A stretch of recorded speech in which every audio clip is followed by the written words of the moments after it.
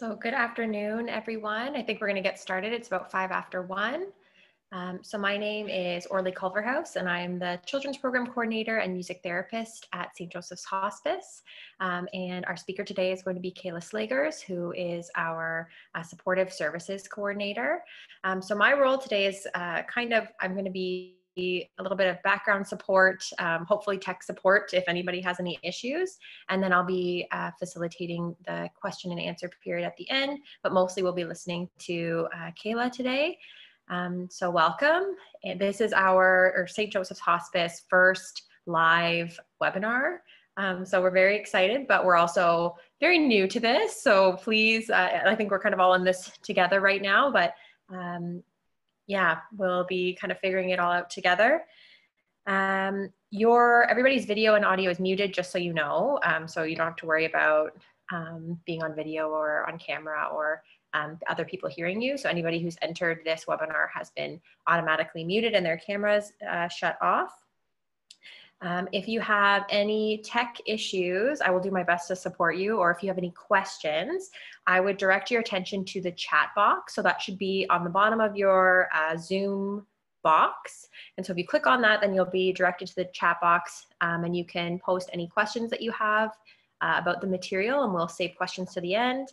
And then if you're having any difficulties, you can chat, and I will be kind of running the chat box so that Kayla can focus on her material and presenting. So like I said, yes, we'll do the question and answer period hopefully at the end. We hope to leave enough time to answer everybody's questions, but if not, then you can always contact us or email us after. We're always more than available to take people's questions. So today we're going to be talking about grief and COVID-19, both very, very hot topics right now. We are presenting to a very mixed crowd. So we have clients in our audience, we have St. Joseph's Hospice volunteers in our audience, and we also have professionals. So we have tried to incorporate information that's going to be helpful to everyone in this webinar today, but it is a little bit general. So hopefully if you have any specific questions, then say them and we'll answer them at the end. But we're just hoping that because of our mixed audience, we'll be able to provide information that's helpful to everybody. Another thing to note that we are recording today as well. So this webinar is going to be recorded and it will be posted on our YouTube channel. So again, we're still kind of new to this whole Zoom webinar virtual world. And so it may not be posted right away. It might take a week or two. But if you look for the St. Hospice of Sarnia-Lambton YouTube channel, then that's where this recording will end up. So kind of keep your eye on that if you are interested in seeing the recording of this webinar after today. We also were trying to figure out how to send everybody the slides for today's presentation ahead of time, and we could not figure out how to do that, barring copy and pasting every single person's email address into an email. So if anybody knows, if like you're really Zoom proficient and you know how to kind of click something so that you can just email everybody with our slides, then please let me know, because that'd be super helpful. But because we weren't able to figure that out, we'll send everybody a copy of the slides after today, probably within the next couple of days or so. So keep an eye on your email for that. And we talked about recording. I guess, the only other big thing to talk about before we get started today is that we at Hospice are very comfortable talking about death and dying, and it is a little bit second nature to us. And so I think sometimes we can forget that that's not everybody's comfort level. And so just letting everybody know that we are going to be talking about, pretty frankly, about death and dying and about grief and bereavement today during our presentation. And obviously, all of those things, death, dying, grief, and bereavement during COVID-19. And so we're aware that this is a little bit more of a challenging time and a stressful time. And so just kind of be aware of that. And I would just encourage you to make sure you're taking care of yourself. Do what you need to do. If it means kind of stepping away from the computer for a little bit or taking a break, then just listen to your body and what you need and do what you need to do. And then if anybody needs any support after the webinar is complete, our contact information is on this PowerPoint. And so you can always reach out to us after. I don't think I have any other items to talk about. So I think what I'm going to do is pass this over to Kayla. So again, if you have any questions or any tech problems, you can type them in the chat and I will be monitoring that. But otherwise, I'm going to mute my mic and video so that we can kind of give Kayla our full attention, and I'll be popping in at the end for Q&A. So thank you. Thank you, Orly, and welcome everyone. Thank you for being here. My name is Kayla. So as Orly mentioned, today's focus will be talking about grief and the impact of COVID-19. So although much of the context today will be focused on grief surrounding after the death of a loved one, we also know that we're facing so many losses right now. So we hope that our conversation today will be helpful to many of you in the many aspects of your life. So a bit of an agenda. So we'll be talking about more overall grief 101, going into some types of grief, so anticipatory and disenfranchised grief, grief and the COVID-19 pandemic, coping with grief during the pandemic, the importance of rituals and continuing bonds, ways to support others, and we will do an overview of our services presently. So we know that often as a society, we don't talk about death and dying and grief very often. And sometimes when we do with friends or family, there can be a lot of mixed messages or misconceptions about grief.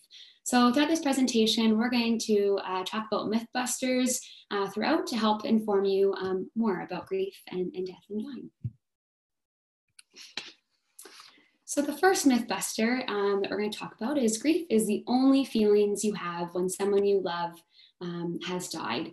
So we know actually that grief affects our whole being. So it's so much more than just feelings. We like to think of grief as more of an experience or response to loss. So it affects our whole being. And so sometimes people also think, anger shouldn't be a part of that grief or those feelings. And so we know that there are many mixed feelings that people have other than just sadness or crying. And sometimes when we get angry, we can feel a little bit judgmental towards ourselves or feel guilty about feeling anger. And especially right now during COVID, there may be an increase of potentially mood swings or, short temper, irritability. And that's because, like we said, there's so much grief going on in our world. So just knowing that grief is a normal part of grief as well. So like I said, grief affects our whole being. So physically, emotionally, psychologically, spiritually, and socially. So we don't always recognize or expect that it will affect us in some of these areas, but it definitely does. But that's different for everyone. So a few examples. Often we hear that grief affects us physically in regards to loss of appetite, sometimes pain, stiffness. We may have digestive issues. And most commonly we hear about difficulty sleeping or feeling really tired all the time. So emotionally, like I said, besides sadness and anger, there may be shock, numbness, fear, regret. Psychologically, you may be experiencing, confusion, maybe ruminating thoughts or beliefs, trouble focusing or concentrating. That's a big one right now, I think, for everyone with COVID too, of being out of routine and working from home, focusing on one thing at a time can be really hard. And part of that focus and concentration, sometimes we like to refer to that in grief as grief fog.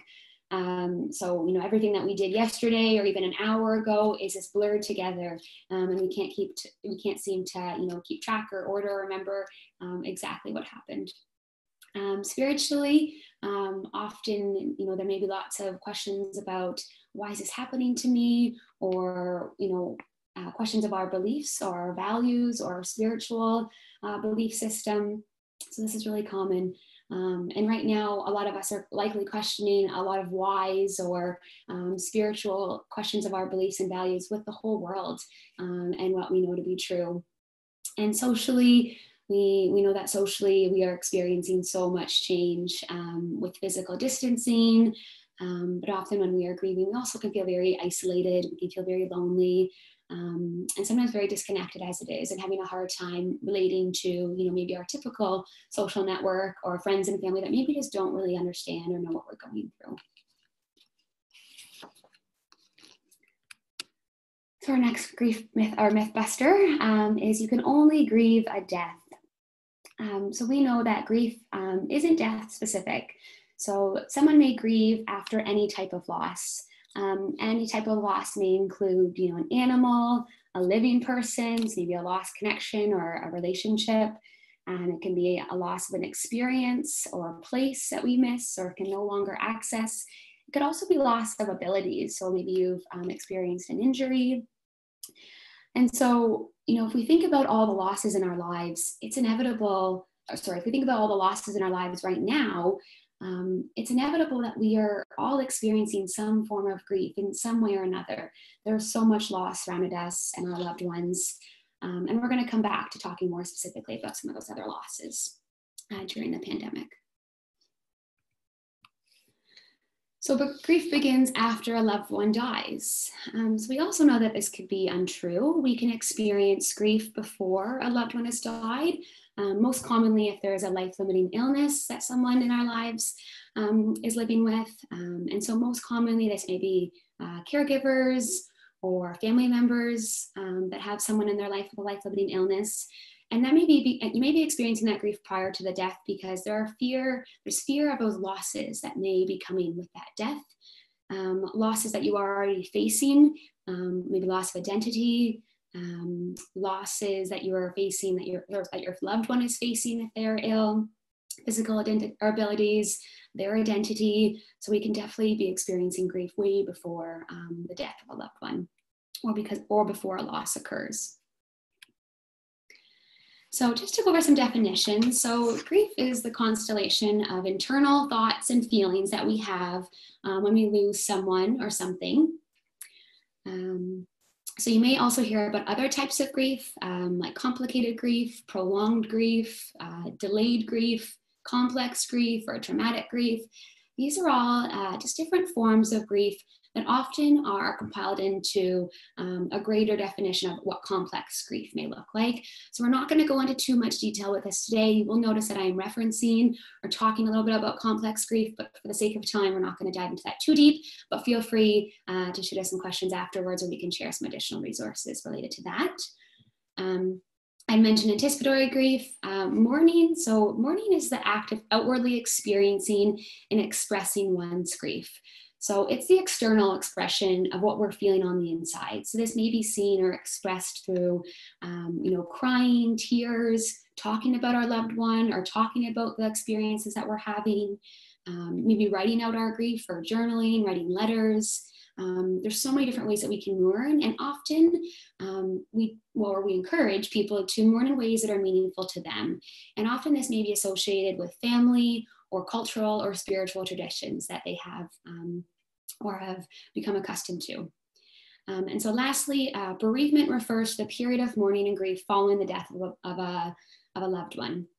And so bereavement is death specific, whereas grief isn't. So the next mythbuster is that grief is a mental illness. We hear this one a lot.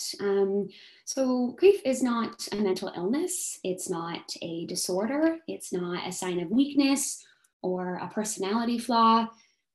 Grief is something that is natural, and it's a necessary part of the life cycle.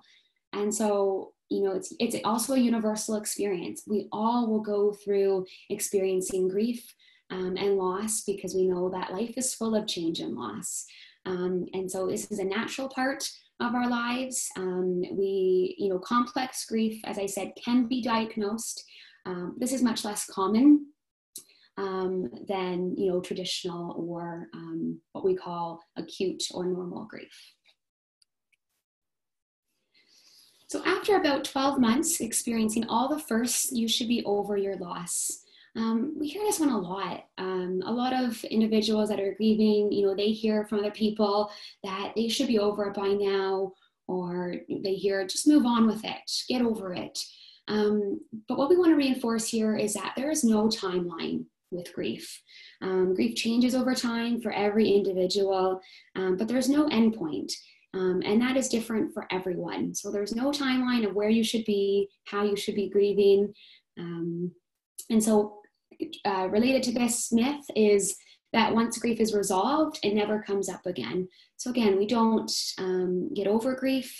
And we actually like to call grief more of a process rather than an event that happens.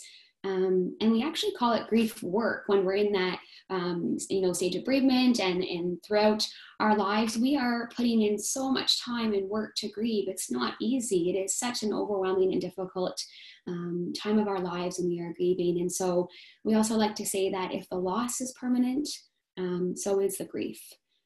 But like we said, that will change over time, and you will learn to integrate it into your life and into a new normal that you are experiencing and working on throughout your healing journey. So instead of saying move on or get over it, we like to say we learn to carry grief with us and to move forward with our grief. So you may have, or you likely have heard of, the stages of grief. So there's 5 common stages of grief that were written by Elizabeth Kubler-Ross. And this model on the left here was originally created to describe the process of dying, but is now more commonly used to describe the 5 stages of grief. So in this model, and often we think about grief as being a linear process of these 5 stages that we're going to go through. So denial, anger, bargaining, depression, and acceptance. And some, may find it helpful to have more of a roadmap to help them make sense of their grief. But it's more commonly seen and known that grief is not linear. There's no expected stages that you will go through in a certain order. It's more organic, and it's more of a natural and individualized experience. So the picture on the right here is a little bit more realistic in that you will see all 5 of those stages, but everyone's kind of model or visual of what their grief looks like will be very different. So you may, go from anger to denial, to acceptance, to bargaining, and all over the place. And this may change over time, and you may revisit these stages too. We also want to just talk a little bit about some new recent literature by David Kessler. And David Kessler is one of the world's experts in grief and loss. And he recently wrote a new book on the 6th stage called Meaning. And so he talks about meaning and meaning making as such an important piece after a tragedy or after a loved one has died. And this is related to, finding post-traumatic growth. So, after that piece of acceptance, there's even more to our grief journey, and that's making meaning, finding meaning and purpose again, and learning more about, hope and, opportunities in our lives. We're going to talk a little bit about post-traumatic growth at the very end. So we really like using this image as well. This was taken from Andrea Warnick. And so the picture on your left kind of looks similar to that model of those stages of grief. But again, just wanting to reiterate that for most people, their grief experience looks like the picture on the right. So, most of us may experience all those stages, all these common feelings, but all over the place. And when you look at this picture, I know I even feel a little bit overwhelmed looking at that. And that's kind of what grief feels like. You don't know what you're going to feel next, or what's going to happen, tomorrow, an hour from now, 2 minutes from now. Those triggers come out of nowhere. And so there's searching, there's fear, there's emotional outbursts. There can be guilt and loneliness, but there's also hope, and there's also growth, and there's positive experiences and new relationships that we can form. So just remembering that grief is different for everyone, and there's no right or wrong way to grieve. So our next myth buster is, if you had a complicated relationship with the person that died, your grief should be easier because you weren't that close. So we hear this one a lot, that your grief should be easier, or you shouldn't really be grieving much if that relationship was complicated. But there's so many reasons or ways that a relationship might be complicated. For some of us, some of our closest relationships may have complications. There may be history. There may be ups and downs. There might be falling outs. You may lose a relationship with someone. It may be an estranged sibling or a friend. There may be abuse in a relationship, or maybe you have a missed opportunity to say goodbye. These are all things that make relationships complicated. But just because you didn't get to say goodbye, or because you haven't spoken to someone in a few years, or maybe there was a lot of built up anger. That doesn't mean that it's going to be easier. In fact, sometimes it can make grief even harder. Not always, but sometimes. So again, just knowing that it is different for everyone. There's so many factors that influence that. And yeah. So along with complicated grief or complex grief, we're going to talk about something called disenfranchised grief. So disenfranchised grief refers to a loss that is not socially sanctioned, openly acknowledged, or publicly mourned. And there are 5 contexts in which grief may be disenfranchised. And so when the relationship is not recognized, this may, some examples of this may be if, an ex-spouse has died, maybe a coworker or a pet, or maybe a celebrity or someone that you admired in a TV show or a movie. Just because, you weren't maybe as close to them, or others in your life don't think that your relationship was as strong, that grief may be not as much acknowledged. Another context of which grief may be disenfranchised is when the loss is not recognized. So this may include a miscarriage, or a loss of a home, again, a loss of a pet, a divorce. And so a big one right now as well during COVID-19 is there's a lot of talk about the loss of the assumptive world.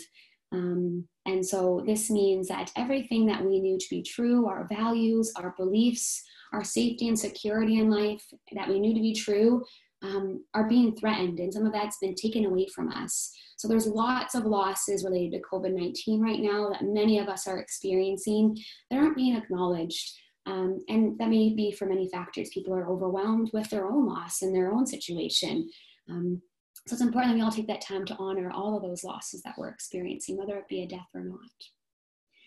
The griever may not be recognized. So we often see this with people with disabilities. Children can often be a forgotten mourner. We think that children don't grieve or don't have the capacity to grieve. And often the elderly population can be disenfranchised as well because, they have so much grief. They're so used to it.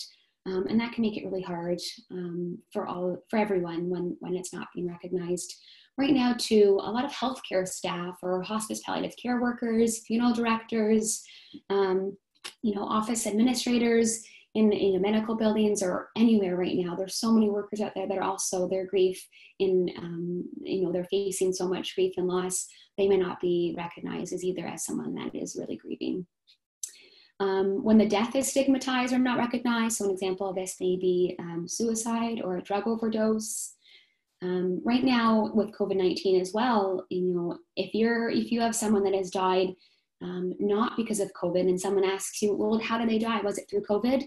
And you say, no, it was, they had Alzheimer's, they had cancer. And then suddenly they're like, oh, okay. So, suddenly I shouldn't say regular, but suddenly any death that isn't by COVID, it can be a little bit disenfranchised too. It's not as, suddenly it seems a little bit less important. So that can be really hard for a lot of people right now too. And lastly, the ways that individuals grieve may not, people may be grieving differently than what we expect or predict that they would. And there, again, can be lots of misconceptions about the way people should be grieving. So I really like this slide right now because I think it really can encompass so many of those losses that so many of us are facing right now due to the pandemic. And so a lot of these losses, like I said, are going to unrecognized, even from ourselves. We may not even be recognizing the loss that we're experiencing. And so what this means is that there's thousands and thousands of people around the world that are being disenfranchised. And this is due to so many of those different types of reasons that we just talked about. So we may be experiencing, loss of control, routine, and predictability in our lives. There's so much unknown. Many of us have faced loss of employment or loss of income, lots of human connection, loss of independence and freedom of doing what we want to do or what we typically enjoy, loss of physical activity and entertainment and social gatherings, celebrations and graduations and weddings and funerals. There are so many. So I just want to encourage you all to validate every single loss that you're going through, or a loved one is going through, or a coworker, and acknowledge them. And this will help make everyone feel more comfortable to express what they're going through and to express that grief that they're feeling. So I'm going to talk about some more points on how, grief is being impacted right now in relation to COVID-19.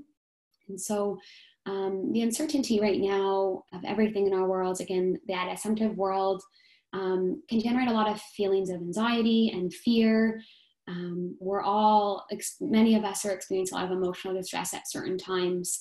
And then when it's coupled with when someone is in bereavement or is a bereaved person, has someone that has died, there are so many layers, and a lot of that grief can be even more so pronounced.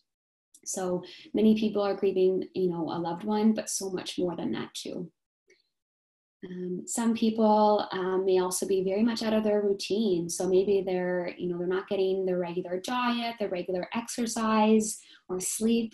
And those are just the basics of survival that some of us aren't being able to access for many different reasons. Missed social gatherings, special events. I just listed a few of these. These events may be things that you may be looking forward to. They bring you hope, they bring you comfort, they bring you connection.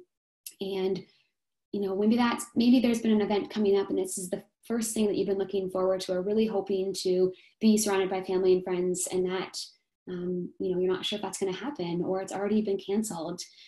This is really tough, and it can really, again, help us or make us question a lot of that meaning and purpose, and give us that hope. So physical distancing and isolation right now, again, adds to that, all those feelings about being alone or feeling alone and loneliness. People often, when they are grieving the death of a loved one, they're already feeling very isolated and very alone. And now there's those extra triggers of not being able to be with people, to be with their loved ones. They're missing that connection, and being able to receive that support that may be really helpful to them. And on the contrary, also being able to provide support to people that they know, people that we love, and people that we know that might be suffering.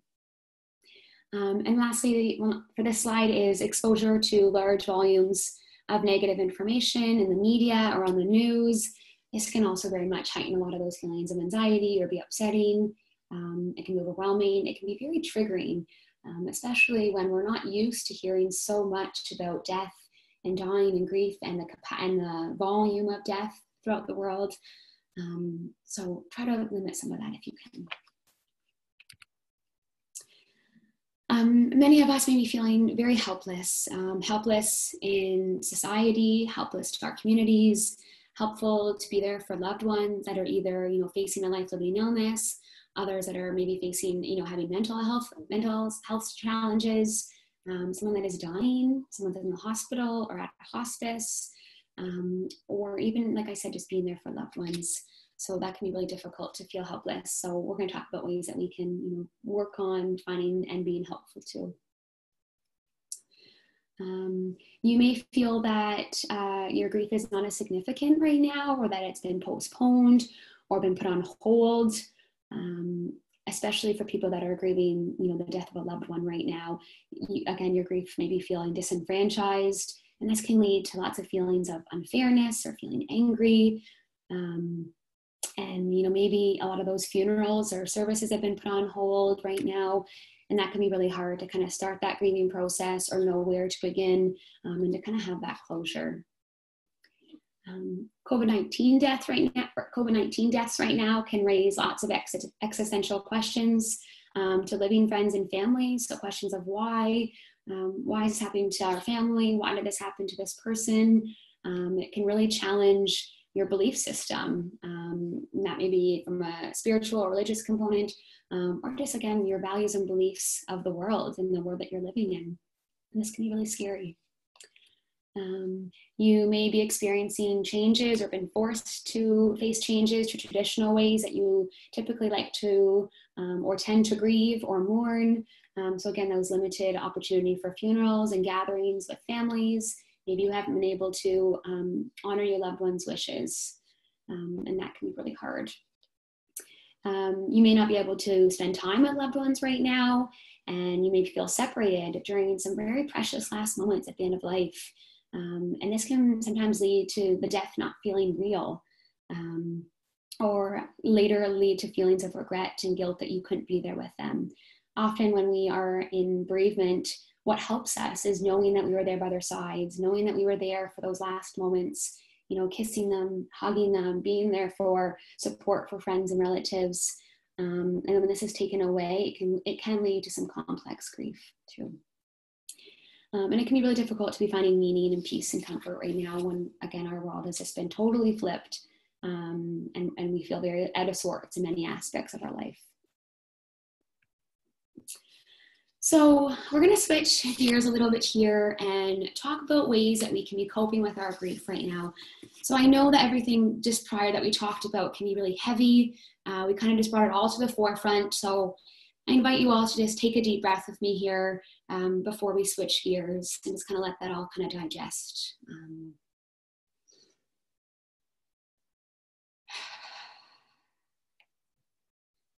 Feel free, anyone, you know, of course, yeah, like we said, to just take a minute. Like we said, we will have a recording of this. So let's talk about ways that we can support ourselves and coping with our grief during these difficult times. So the number one thing that we always like to talk about is naming and acknowledging your losses without judgment. And sometimes we encourage people to literally make a list of all those losses that we're experiencing. And that sometimes can be a great first start to just even validating ourselves and what we're going through.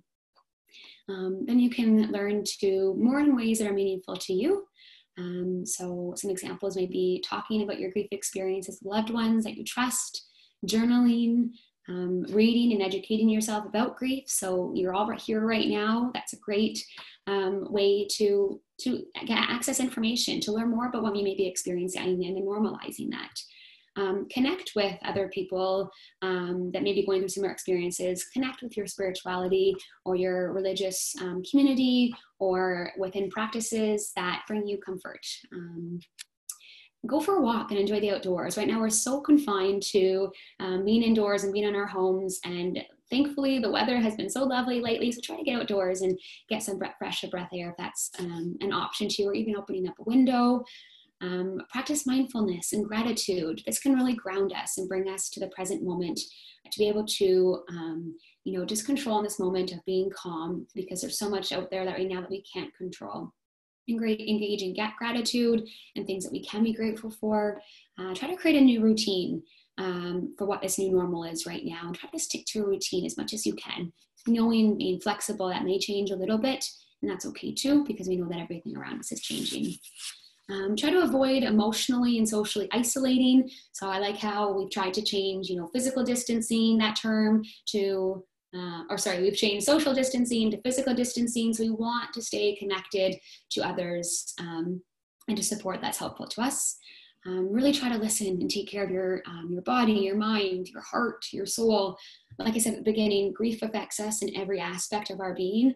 So check in all those areas and really try to make sure that we are finding a balance and helping ourselves that reflect, like I said, yes, our mind, spiritually, mentally, socially, physically, all those things. I said, try to limit your consumption of social media and the news, and seek peer support or talk to a professional if that is an option, or if you're interested in that. So I want to talk just a little bit about something called the dual process model. And so this model helps us to make sense of ways that we can be coping with our grief in our everyday experiences. And what I really want to bring to your attention is that it's such an important balance when we are grieving to, cope with our grief, express our grief, and these are called loss-oriented tasks. So, engaging in some of those mourning activities, honoring your loss, talking about it, sharing stories, expressing your grief, letting out a cry, letting out those experiences. These are all, grief or loss tasks. But we also want you to know that it's just as important to find a balance and to also make time and let yourself know it's okay to also engage in what we call restoration-oriented tasks. So returning or engaging in daily activities, things that you enjoy, things that give you meaning and purpose, connecting with other people, thinking about hopes and dreams and goals, all things that give you that meaning. And just remembering that it's about a balance. So when we're dealing with uncertainty and trying to adapt to a new world, it's so healthy to cope with that grief, but also seek that respite. Okay. So another grief myth buster here. So rituals like funerals are not that important, and they can have little impact on the way that we grieve. So we know that funerals and rituals have great therapeutic value. Funerals give us a chance to celebrate, to express our support and our love for the person that has died, to be able to honor and value that person's life, to share memories and feelings, and to offer love and support to friends and relatives. So funerals are definitely valuable, and we know that they can have a really positive impact actually on the way that we grieve. And so they can help us to accept the reality of that death and to start that grieving process. And for a lot of people, they say give them that closure to, go ahead and move forward with their grief.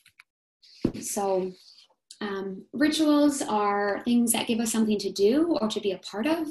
They can involve fixed actions, or they can be a part of our regular day-to-day activities. They're a way to help us or give us something to do to honor someone or that loss. They help give us consistency in a time of distress or when life feels out of control and it's so unpredictable. They can connect us to something outside of ourselves, and they can sometimes give a voice to some things that just don't have words. So something like lighting a candle, or just looking at pictures, talking to pictures of a loved one. Rituals can really bring us comfort. And so the most important piece that we want to reiterate here is that whether it is, planning a funeral right now for the future, because we know that so many big funerals and services have been on hold, or there's restrictions, whether it be planning for a funeral for in the future, or doing something small now, or doing something such as, like I said, kissing a picture of a loved one, or engaging in a ritual that you can do at your home or in your garden. Just do something, whether, those small things are just as meaningful as having sometimes that big funeral. So we encourage you to do something small, plan for something that's meaningful to you or your loved one in the future, and try not to forget the importance of rituals. So I think this is our last myth buster for today. So grief ends a relationship that you had with the person. I'm going to correct this, and we like to say that death ends a life, not a relationship. So as we said, grief is ongoing, and grief becomes a part of you, just like that person in your life is a part of you. That's not taken away from you. They'll always be in your hearts and in your memories. And so that relationship will continue for the rest of your life. So you may also hear that, if you're still talking to your loved one after they died, that you must be stuck. We also know this not to be true, and there's research about something called the continuing bonds theory that actually tells us that it is normal and it's healthy. It can be really helpful for us to actually stay connected to the person that has died. For most people, not for everyone, but for most people, this can bring comfort, support, and help us to cope and adjust to this loss in this new world. So contrary to prior research that used to be believed that detachment from that person is important, there's actually been a lot of recent literature that is saying that continued bond is actually so important and helpful for many people. So how can we, stay connected, engage in continuing bonds and memorializing? As you can see through some of these pictures, these are some great examples. So you can be, creating a charity, or making a donation, or participating in a fundraiser in someone's name, or as a legacy for them, and to memorialize them. It may be releasing, butterflies or paper lanterns in memory of someone. It could be, talking to our person, talking to pictures, as we said. Many people like to incorporate their person during holidays and milestones. Maybe it's setting a plate at the dinner table for them, or sharing one of their favorite meals. And when we think about continuing bonds, it makes sense this would be important, because so many of our innate behaviors in grief are related to grief behaviors. So, you know, we want to hold on to items that remind us about our person, or we are having dreams of them, or we want to, you know, sleep with their stuffed animal or their piece of clothing. These are ways of staying connected, and they're all healthy. So I really like this picture because it kind of just sums up what we just talked about. So it's a little girl saying, "Good night, Dad, I miss you." So yes, this is normal. So I just want to touch on ways that we can be helping others. So this may be friends, relatives, you know, for any of the professionals listening today, ways that we can be supporting our patients and our clients. So again, acknowledging someone's experience as their unique story, and validating what they're going through. So listening and bearing witness to their experiences, becoming comfortable with silence, becoming comfortable with just being present. It's an honor when someone wants to open up and be vulnerable with us. So listening, being there with them is so valuable. Avoid trying to, you know, fix a problem, or talking someone out of their pain, because as we said, grief can always be fixed, and we can't take that away from someone. Try to avoid platitudes such as "time heals all wounds," "everything happens for a reason," or "he or she is in a better place," because often these aren't helpful for people to hear. Try writing a card or complete an online condolence. Like I said, reach out, stay connected. You can send a care package, or try to offer practical support. It can be really hard for someone when they're in the midst of their grief or with many stressors to really ask for help. So, you know, offer to get groceries, make meals. If you can, you know, help with childcare, especially right now. Again, when we're all, you know, stuck at home, that's gonna be really, really helpful to offer some of that respite. So I wanted to just bring you back to a little bit about talking about post-traumatic growth. So I'm just going to read this quote here. "Trauma doesn't have to defeat you. It can be a perfect opportunity for growth. Don't just make a comeback. Use it as a catalyst to move forward." This is by Matt McWilliams. So the hardships when someone has died, or the hardships that we're facing during the COVID-19 pandemic, it really forces us to re-examine our priorities, our values, our beliefs, our hopes, and our dreams, and our goals right now. And so although this can be really painful, there can also be a lot of growth and opportunity to treat ourselves with compassion and love, and to create opportunity and allow for growth and learning opportunities, and to recognize our own strengths. So in addition to this, I'm going to read one more quote for you guys. This is by Alan Wolfelt, and it's called "Choosing Hope." So consciously choosing hope means paying attention to it, inviting it into a given moment, and letting yourself feel as it enters. Be creative with how you give attention to hope and invite it in. Moment by moment, choose hope over fear. Choose hope instead of despair. If you start feeling hopeless, act with intention and to bring hope into that moment. So, you know, we all have that choice to choose our way right now of living, and ways to grieve and mourn, and how to cope with these challenging times. So I encourage you all to try to nurture that hope, bring gratitude to your day each and every day, and that will really help sometimes with our perspective and how we're choosing to cope with those challenges. So I'm going to turn it over to Orly. Thanks so much, Kayla. So we are going to move in the direction of our question and answer portion of the webinar. So if you have any questions, now might be a great time for you to type them into the chat. I'll just go over a few final slides, and then we'll get into answering questions. So just kind of to give some information on what our current services look like at St. Joseph's Hospice.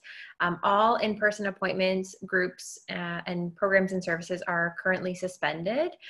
We are looking into virtual support options right now, and so we hope to be sending out a communication relatively soon about that. But we're just, I think, kind of in the same boat as every other organization right now, and just trying to figure out what that looks like. So currently we are, though, still providing phone support. We're able to provide psychoeducation over the phone or over email, sharing, different grief resources, and connecting people to services that are currently running. We're still accepting new referrals to all of our programs by either email or phone. And then we can provide, if there's a referral that comes in, we can provide a phone consultation to make sure that that individual is well resourced, and then contacting that individual when our services are available. Again, we have our restrictions that are lifted.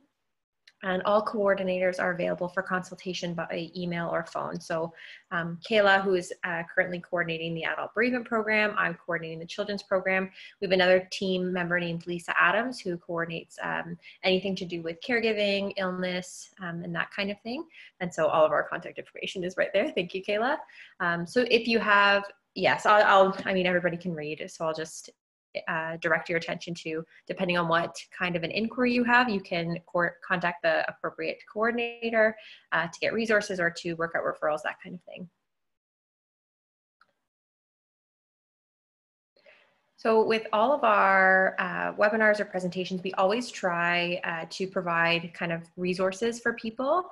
And so this is a page of resources that are mostly focused on grief and death and loss. Are there any, I don't think there are any specific COVID ones in there, but likely most of these websites are going to have COVID related materials on them right now, just with the times that we're in. And so I would encourage you, when you send the slides, because we're going to figure that out somehow, that to take a look at some of these resources. Yeah. These are references for anybody who is interested. So I think we're going to move into Q&A. So I don't think we have any questions just yet, but if you have any, please put them in the chat box and then we can kind of discuss them.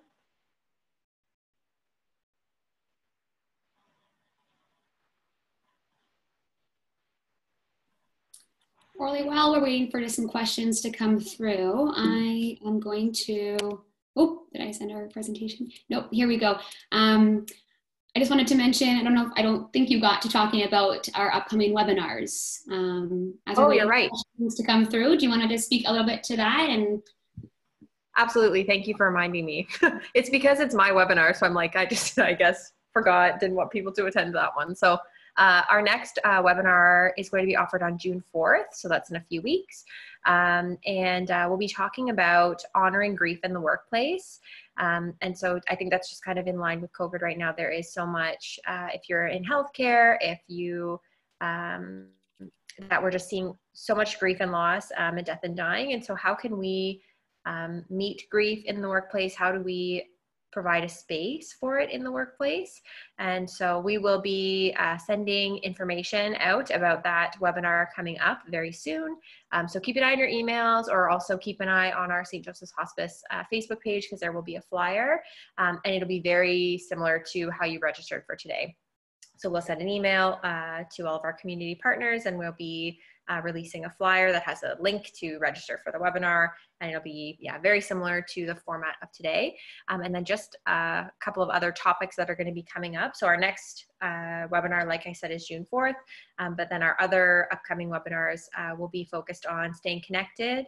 So how will we stay connected, supporting grieving children and youth when they can't visit loved ones, because we know that that is a huge challenge right now with physical distancing, and then caregiving and COVID-19 and how we support caregivers during this time. So we kind of will be releasing the dates and the times of these webinars as we go along, but the next one is June 4th. Thank you, Kayla, for reminding me to talk about that. No problem. Wonderful. And so, Kayla, I'll just let you know, we're getting lots of great presentation, lots of thank yous, some people who are having to leave, but it's been an excellent presentation. Yeah, so we're getting some great positive feedback. So thank you all very much for that. I'm just wondering if there are any questions.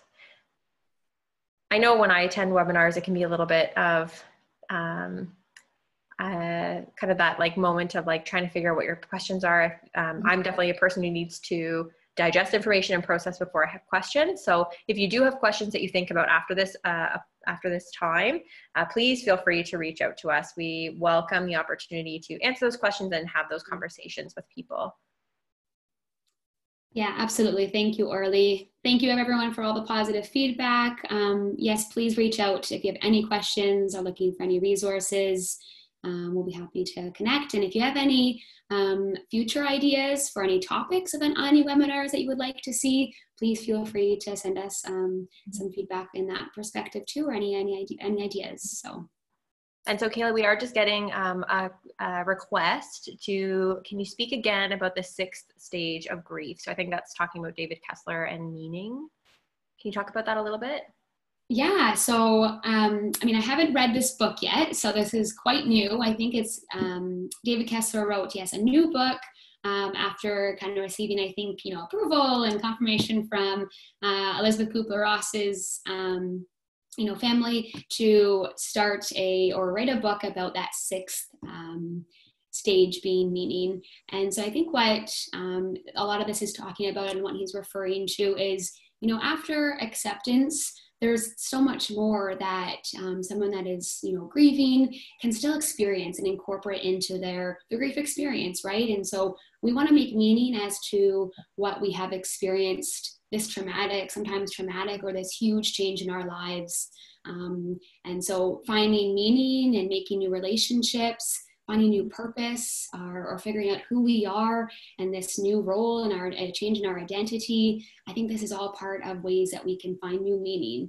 And sometimes it may be also exploring some of those existential questions about, why did this happen to me? What's my meaning in life now, essentially? So it's all about meaning making. He has a book on it. I haven't read it, so I can't speak too much more about that. I don't know if that answers your question, but I feel like, wasn't he recently on, it was a Canadian talk show.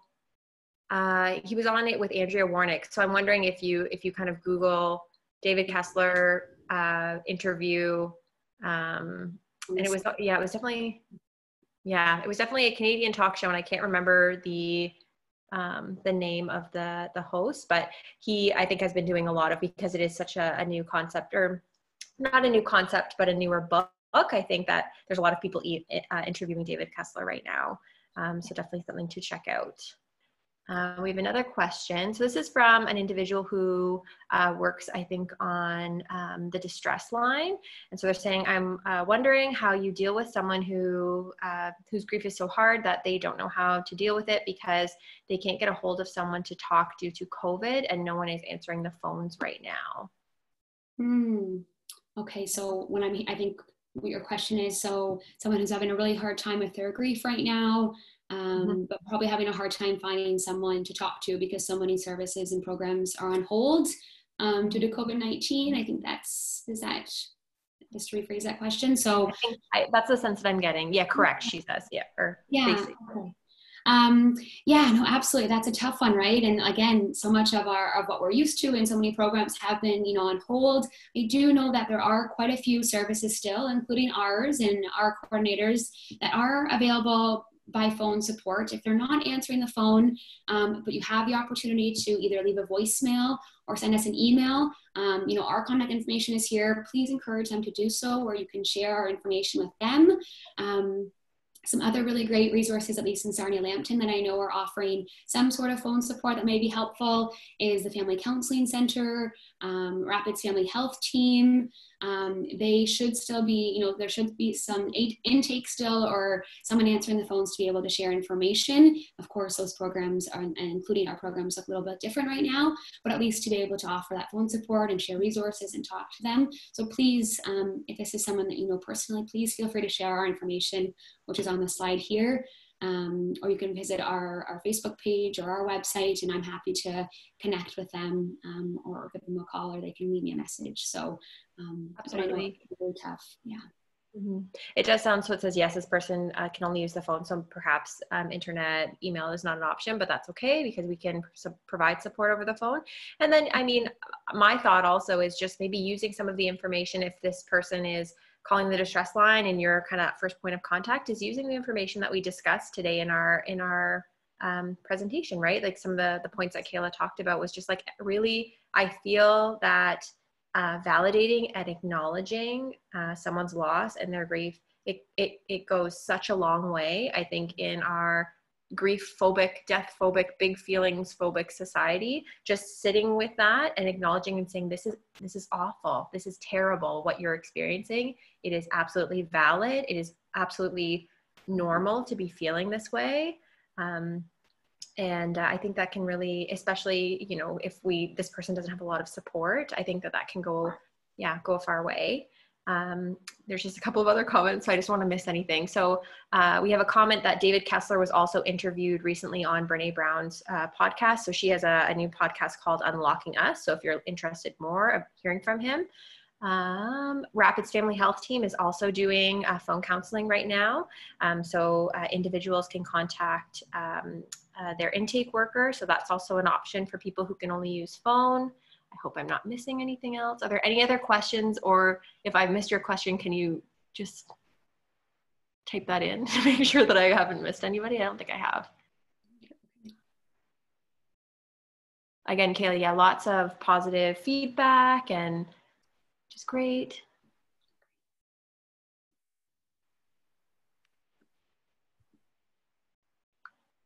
Great. Oh my gosh, it's 2 o'clock on the nose. Look at this. Does anybody have any other questions before we say goodbye for today? This is one for the books. If we end, like we started pretty much on time and end on time, that's just great. Okay, wonderful. So thank you everyone so much for attending today, for your thoughtful questions and comments. Keep your eyes peeled for information about our upcoming webinar on June 4th. If you have any other questions, please feel free to email us, and we hope to be sending out these slides somehow to you within the next little while. And also, if you're interested in seeing a recording of today's webinar, then it will be available within the next little while on our YouTube page. So I think Kayla and I might kind of stick around for a little bit. We'll probably mute our microphones and our cameras just in case there's any final few questions, but otherwise we will say goodbye and thank you for joining us, and we will see you again soon. Thank you, Orly, and thank you everyone so much for being here and for listening today. And as always, follow up, and I hope that you're taking good care of yourselves. Bye for now.